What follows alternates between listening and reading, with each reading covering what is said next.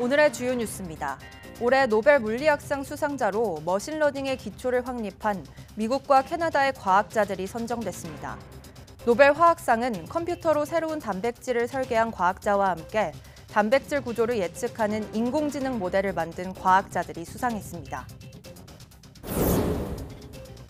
의정 갈등이 8개월 가까이 이어지는 가운데 오늘 오후 의료계와 정부가 한자리에서 만나 의료개혁을 주제로 토론을 합니다. 극적인 상황 변화를 기대하기는 어렵겠지만 대화에 물꼬를 트는 계기가 될지 주목됩니다.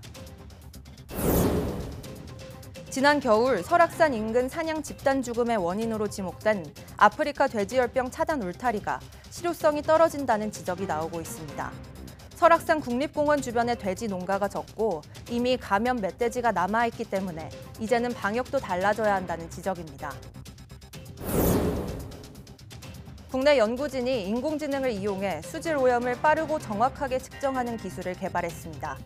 측정된 전류 전압 수치로 수질 오염의 척도인 이온 농도를 바로 알려줘 기존에 6시간이 걸렸던 검사를 200초대로 단축할 수 있습니다.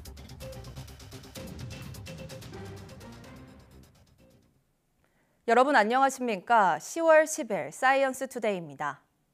전 세계를 강타하고 있는 인공지능 분야에서 첫 노벨상 수상자가 나왔습니다. 지난 1980년대부터 인공지능의 핵심인 머신러닝의 기초를 닦은 과학자 2명이 노벨 물리학상을 받았습니다. 보도에 유투건 기자입니다. 인공지능 AI의 핵심인 머신러닝의 개념은 1980년대에 등장했습니다. 미국의 존 호필드 교수는 인간의 신경망을 모방해 컴퓨터가 알아서 최적의 이미지를 찾는 방법을 수학적으로 정립했습니다. 연구를 이어받은 영국 출신의 제프리 힌턴 교수는 통계 물리학을 이용해 컴퓨터를 학습시키는 단계로 나아갔습니다. 컴퓨터는 딥러닝을 바탕으로 스스로 이미지를 분류하고 새로운 예시까지 만들어낼 수 있게 됐습니다. 힌턴 교수가 21세기 AI의 아버지로 불리는 이유입니다. 두 사람의 연구는 2010년대부터 머신러닝 연구가 폭발적으로 발전하기 시작하면서 꽃을 피웠습니다. 오늘날 휴대전화로까지 들어온 AI가 탄생하는 데 결정적 역할을 한 두 사람이 노벨 물리학상 수상자로 선정됐습니다. AI 분야에서 노벨상 수상자가 나온 건 이번이 처음입니다. So it will be comparable with the Industrial Revolution, but instead of exceeding people in physical strength, it's going to exceed people in intellectual ability. 노벨위원회는 AI가 가져올 위험성에 대한 경고도 잊지 않았습니다. It can be used for either good or bad, and that's up to us as human beings to decide how we should use it. YTN 유통원입니다. 노벨 물리학상에 이어 화학상도 인공지능, AI 분야 연구자들에게 돌아갔습니다. 컴퓨터나 AI를 이용해 단백질의 비밀을 밝혀낸 공로를 인정했는데요. 보수적인 노벨위원회가 AI 시대의 개막을 선언했다는 평가가 나오고 있습니다. 계속해서 유투건 기자입니다.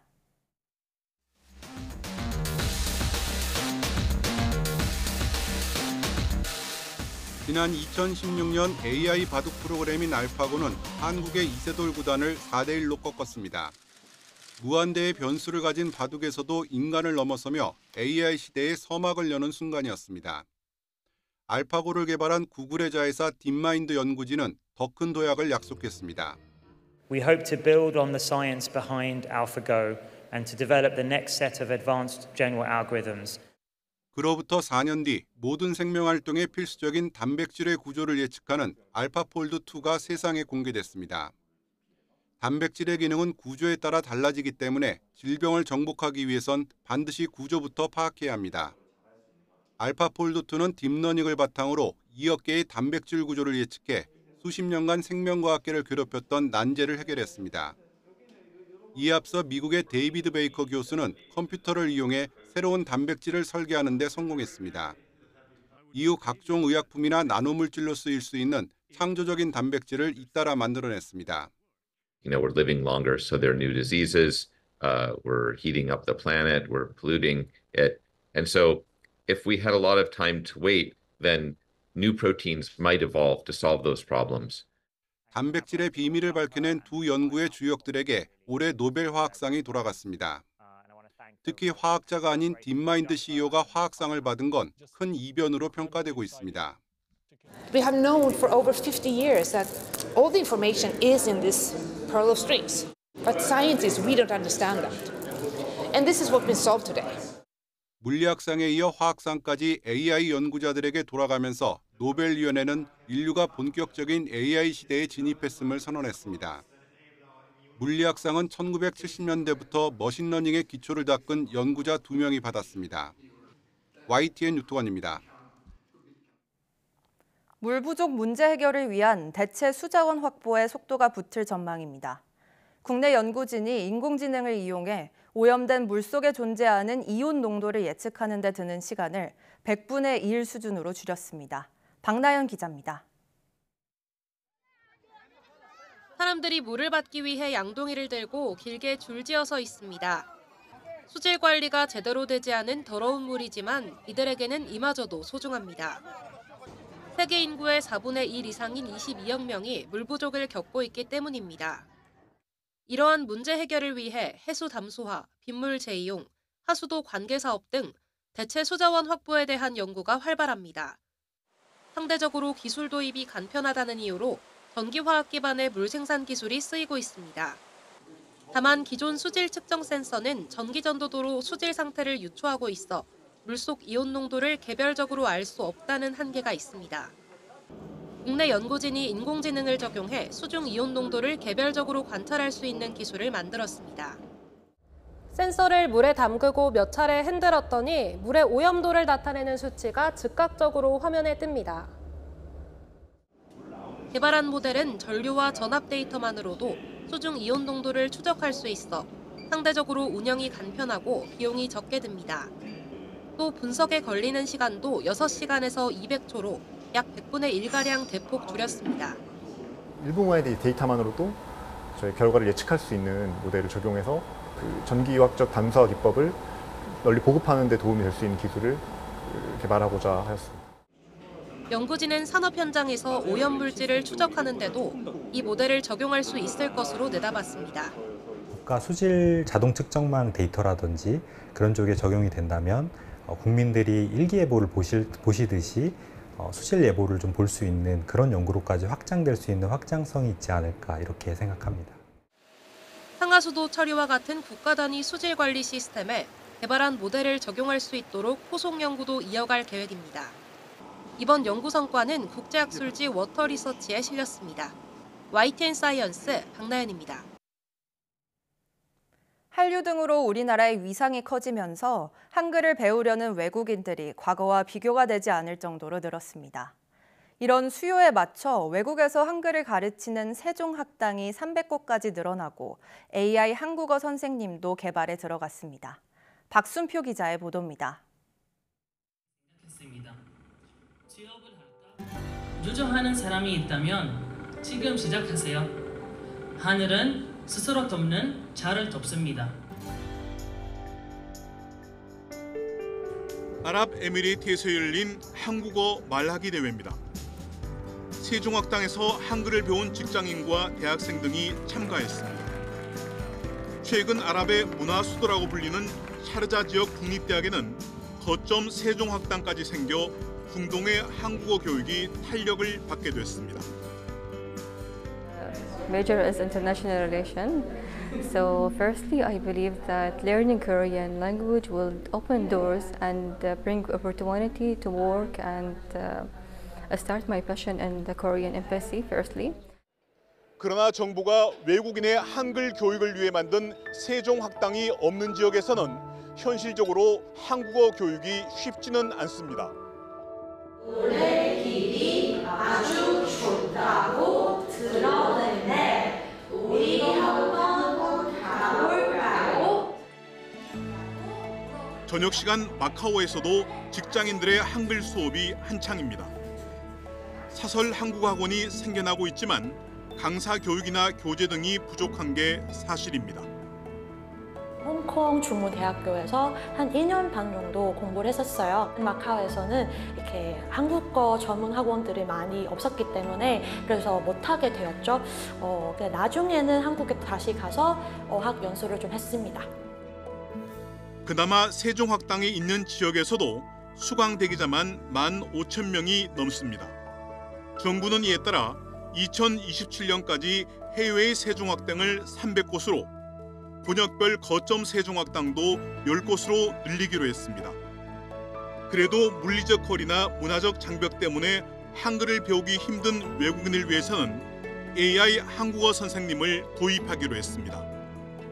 또 본격적으로 한 3년 정도에 걸쳐서 AI 선생님을 활용하기 위한 다양한 R&D 사업을 진행을 할 계획입니다. 이를 통해서 각 개인의 맞춤형 교육이 온라인을 통해서 컴퓨터라든가 모바일 기기를 통해서 이루어질 수 있도록 지원할 계획입니다.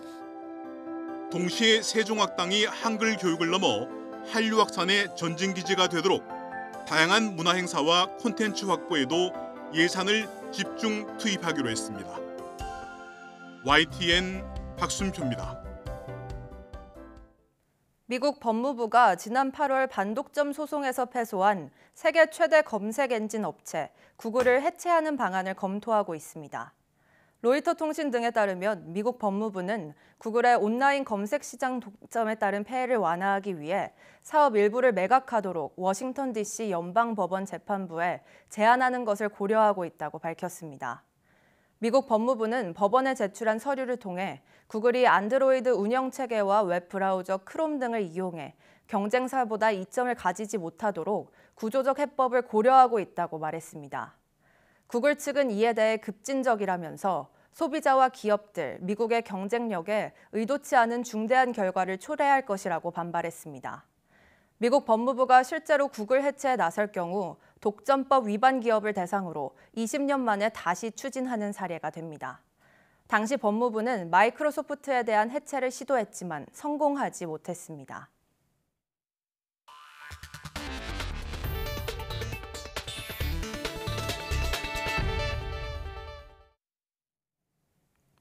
의정 갈등이 8개월 가까이 평행선을 달리는 가운데 오늘 오후 정부와 의대 교수 단체가 모처럼 만나 대화의 장을 엽니다.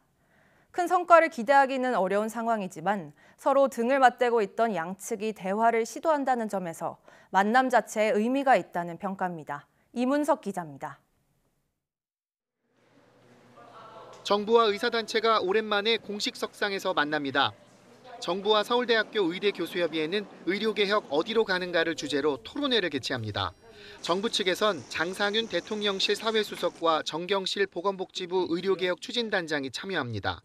서울대 의대에선 강희경 교수협의회 비상대책위원장과 하은진 비대위원이 참석할 예정입니다. 이 자리에서 정부는 의대 정원 2,000명 증원 필요성을 강조할 계획입니다. 의대 측은 의대교육 정상화 방안과 의료정책 결정 과정의 절차적 정당성 등을 의제로 제안했습니다. 이번 토론회는 8개월 가까이 의정 갈등이 제자리 걸음인 상황 속에 열려 주목됩니다. 최근 국정감사에서 조규홍 보건복지부 장관은 의료계와 대화를 위해 더 노력하겠다고 밝혔습니다. 정부에서는 의료계와 협의하려고 노력하고 있습니다. 의료계와 직접 협상 가능하십니까? 예, 저는 가능하다고 생각이 듭니다. 그렇지만 극적인 상황 변화를 기대하긴 어려워 보입니다. 의대 측은 토론회에 앞서 의대 증원에 대한 정부 주장이 국정감사 등을 통해 충분히 설명돼 추가적인 토론에 의미가 있을지 회의적이라는 뜻을 내비쳤습니다. 더욱이 사태 해결 열쇠를 쥔 전공의들은 증원 백지화 없이는 정부와 대화하지 않겠다는 입장에서 한 걸음도 움직이지 않고 있습니다. 다만 토론회가 서로의 주장만 확인하고 끝난다 해도 적어도 정부와 의료계가 만나 대화 물꼬를 튼다는 점에서 그 자체로 의미가 있다는 평가가 나옵니다. YTN 이문석입니다. 교육부가 대학에 따라 학사 과정을 6년에서 5년으로 단축할 수 있는 방안을 낸 데 대해 한국중증질환연합회가 갈등만 부추기는 정책이라며 중단을 촉구했습니다. 연합회는 보도자료를 통해 의대 증원과 의료개혁 필요성은 공감하지만 교육부가 갑자기 의대 5년제 정책을 꺼내 의대생 휴학과 유급이 또 다른 논란으로 이어지며 불안감만 증폭시켰다고 비판했습니다. 그러면서 의대 5년제 정책을 구상한 책임자를 문책하고 여야 의정협의체를 포함한 보건의료 정책 논의에 실질적인 이해 당사자인 환자 단체 참여를 확대해달라고 요구했습니다. 지난 겨울 사냥 떼죽음의 주요 원인으로 아프리카 돼지열병 차단 울타리가 지목됐지만 정부는 여전히 전면 철거는 이르다는 입장입니다. 그런데 YTN 데이터랩이 사냥 사체가 많이 발견된 설악산 국립공원 인근을 분석해보니 울타리가 필요한 돼지 농가는 거의 없는 것으로 나타났습니다. 장하영 기자가 보도합니다. 지난 겨울 1,000마리 넘게 목숨을 잃은 1급 멸종위기종 사냥. YTN 데이터랩은 겨울철 사냥의 행동권을 토대로 울타리가 지친 사냥의 최후의 일격으로 작용했다고 분석했습니다. 환경부도 사냥 떼죽음의 배경에 울타리가 있다는 걸 인정하고 설악산에 올겨울 사냥이 드나들 수 있는 폭 4m짜리 통로를 늘리기로 했습니다. 하지만 죽음을 막기엔 역부족입니다. 통로 30곳의 총 길이가 120m로 설악산 국립공원을 둘러싼 전체 울타리 56km의 0.2%에 불과하기 때문입니다. 울타리가 나왔어요. 그러면 이 옆으로 이제 걸어가겠죠. 한참 푹 빠지면서 한참을 걸어가가지고 구멍을 뚫고 나갔어요. 근데 뚫고 나갔는데 뚫고 나간 지점 그 앞에 먹이가 잔뜩 있으면은 살 수가 있지만 그 바깥에 만약 먹이가 없다면 거기서 또 죽은 사냥이 발견된 지도와 겹쳐보면 아예 통로가 설치되지 않은 구간이 많습니다. 그런데도 울타리를 전면 철거하지 않겠다는 정부, 내세우는 첫 번째 이유는 방역입니다. 18년도 중국에서 AS가 발생해서 약 1억 5천만 마리가 폐사했던, 그로 인해서 약 가격이 60% 정도 뛰었던 시점이었습니다. 그리고 지금까지도 인근에 있는 태국이라든가 필리핀 그런 국가에서는 다발하고 있고. 그렇다면 울타리가 감염을 제대로 막는 역할을 하고 있을까? 아프리카 돼지열병이 북쪽부터 무섭게 확산하던 2019년, 울타리를 설치한 뒤에도 야생 멧돼지 감염은 남쪽으로 계속 내려왔고 올해는 경북에 있는 돼지 농가까지 피해를 봤습니다. 사냥이 떼죽음 당한 설악산 일대는 최근 3년 동안 야생 멧돼지나 농가의 감염 사례가 없었습니다. 설악산 국립공원 주변에는 울타리로 보호해야 할 돼지 농가 자체가 적습니다. 사냥 통로를 연 지점 반경 10km 이내에 3곳, 열지 않은 지점 반경 10km 내에 2곳뿐입니다. 돼지 농가들은 국립공원을 넓게 두르는 광역 울타리보다 농가 중심의 방역을 더 원했다고 말합니다. 우리가 전체 지금 광역 울타리 친 게 한 예산이 뭐 1,800억 이렇게 들었잖아요. 철판으로 해서 완전히 진짜 딱 둘러칠 수 있는 게 한 2,500에서 한 3천만 원 정도 든다 그러더라고요. 그러면 5천 농가면은 뭐 3천만 원 들어도 한 1,500억 정도거든요. 전문가들도 울타리가 초기 감염병 확산 속도를 늦추는 역할을 했을 수 있지만 이제 중기에 접어든 만큼 방역 방식도 달라져야 한다고 지적합니다. 최초의 목적이 남하를 저지하는 거였다면 지금은 이제 남하가 이미 되었기 때문에 그 역할은 없는 거여서 농장에서 그걸 잘 막아서 돼지하고 직접 접촉하지 못하게만 만들 수 있다면 발생하지 않는다는 이제 특성을 갖고 있다는 거죠. 1,000마리 넘는 사냥이 목숨을 잃었는데도 울타리 고칠 생각이 없는 정부. 겨우 살아남은 사냥에게 또다시 혹독한 겨울이 다가오고 있지만 환경부는 내년까지 4m 통로의 효과를 지켜보자는 입장입니다. YTN 장하영입니다. 35도를 오르내리는 폭염과 많은 비로 마치 한여름 같았던 지난달, 올해 9월이 새로운 역사를 썼습니다. 기상청 분석 결과 역대 9월 가운데 가장 덥고 가장 비가 많이 내린 것으로 나타났습니다. 기후 위기가 고스란히 드러난 신기록입니다. 정혜윤 기자의 보도입니다. 가을이라는 말이 무색한 뜨거운 햇살. 35도를 오르내리는 무더위가 기승을 부린 지난달. 중하순까지 폭염특보가 이어지며 추석에 민소매에 얼음을 든 음료를 들고 민속놀이를 즐기는 이색적인 풍경이 연출됐습니다. 아니 전 역대급이에요. 진짜 9월 초까지는 저희가 에어컨을 틀어봤어도 이렇게 중순까지 추석쯤까지 에어컨을 틀어본 적은 처음이에요. 진짜. 아주 많이 더워요. 내 나이가 올해가 83세인데 아주 올해가 최고 더운 날씨라고 생각합니다. 올해 9월 날씨가 실제로 전무후무였다는 기상청의 공식 분석이 나왔습니다. 전국 평균 기온은 24.7도, 평년보다 4.2도 높은 수준으로 역대 9월 가운데 가장 더운 달로 기록됐습니다. 폭염 일수는 6일, 열대야 일수는 4.3일로 평년보다 4일에서 6일 많아 모두 역대 1위에 올랐습니다. 서울과 서산 등 전국 7개 지역에서 역대 처음으로 9월 폭염이 찾아왔고 춘천과 양평 등 전국 4개 지역에서는 첫 9월 열대야가 나타났습니다. 특히 올해 총 열대야의 수는 24.5일로 평년의 4배에 육박해 기상청 통계 분석 이래 최다였습니다. 근데 올해 9월은 아직까지 강하게 버티고 있는 대기 상층부의 티벳 고기압으로 인해 맑은 날씨가 자주 나타나고 북태평양 고기압이 가장자리에 놓이게 되면서 남쪽으로부터는 대기 하층을 따라 이 고온의 수증기가 유입되기 때문에 다른 해 9월보다 유난히 높은 그러한 9월로 기록이 되었습니다. 폭염 뒤 찾아온 호우도 이른바 역대급이었습니다. 9월 전국에 내린 평균 강수량은 모두 241mm로 평년 강수량보다 절반 이상 많았습니다. 특히 9월 20일에서 21일 사이 내린 비의 양은 창원 529.4mm, 부산 403.4mm, 거제 381.2mm 등 여름 장마철 호우를 능가했습니다. 서산과 창원, 부산 등 일부 지역은 하루에 내린 비가 200에서 400mm 사이로 9월 1강수량 기준 최다 1위 기록을 새로 썼습니다. 1시간 최다 강수량도 진도와 창원 등이 100mm 이상을 기록했습니다. 기상청은 이상 폭염과 호우의 원인이 정체전선과 열대저압부 영향이 겹친 데다 9월에도 한반도 주변 해수면 온도가 최근 10년 사이 최고 수준을 기록했기 때문이라고 설명했습니다. 이와 함께 앞으로 기후변화로 인한 여름철 재해가 9월까지 이어지는 날이 더 늘어날 가능성이 크다고 전망했습니다. YTN 정혜윤입니다.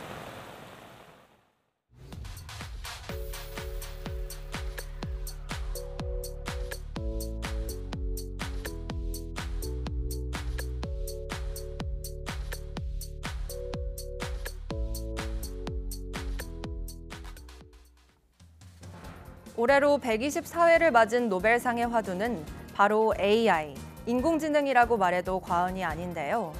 노벨 물리학상에 이어 노벨 화학상까지 AI가 휩쓸었습니다.